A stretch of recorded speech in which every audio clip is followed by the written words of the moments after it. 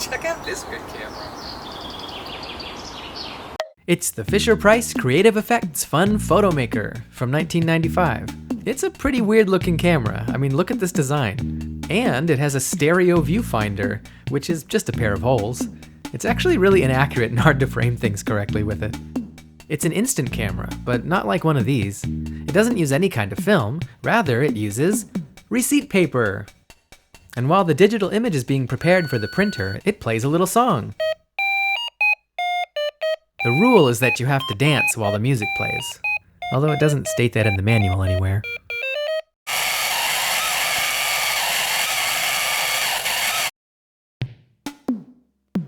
It's very automatic, unfortunately, but it does have a few controls. This switch in the back adjusts brightness, or perhaps darkness. It just controls how dark the image prints, instead of adjusting the sensitivity of the camera's image sensor.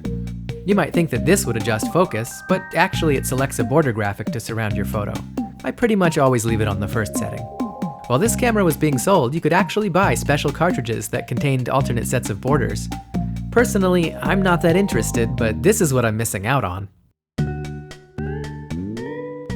This switch slides in a daylight filter.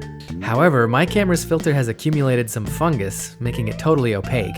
That's actually a pretty common thing for some reason. Hey look, here's another Fisher-Price camera where the same thing happened to its filter.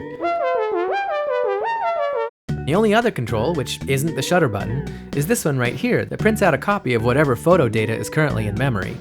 It's useful for printing out another copy of the photo you've just taken. It's a big shame that it has no manual controls because it always overexposes the photos. But even with that issue, I've been taking pictures with the camera, and here they are. Some of them have been hand-colored with pencils.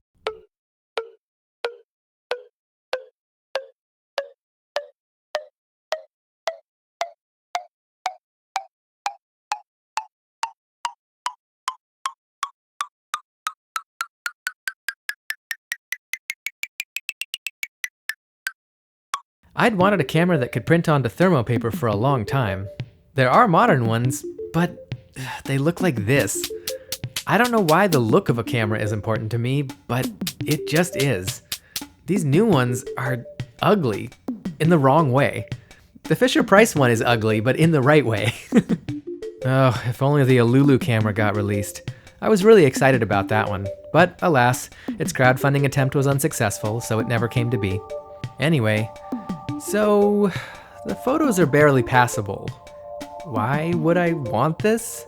Besides it being kind of an interesting alternate timeline of technology for me, the real reason is that it's an incredible conversation starter. I bring this thing around with me and people are just fascinated by it. I take their picture and give it to them and then print a copy for myself, and it's a fun experience. The photo doesn't always turn out, but no one seems to care. It's more about the connection that's made. One thing that's really nice about printing on receipt paper is that it's basically free. Receipt paper is extremely cheap, especially compared to something like Polaroid film. Reloading the paper cartridge, which you're not supposed to be able to do, is a little bit of a pain, but now having done it a few times, it's trivial. Update, I decided to do some surgery and open up the camera to clean the filter. A soak in some alcohol plus a little scraping with my fingernail seemed to do the trick just fine.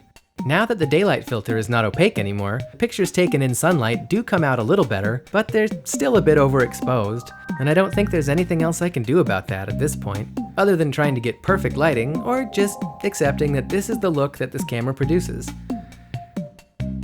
Thanks for watching. See me next time.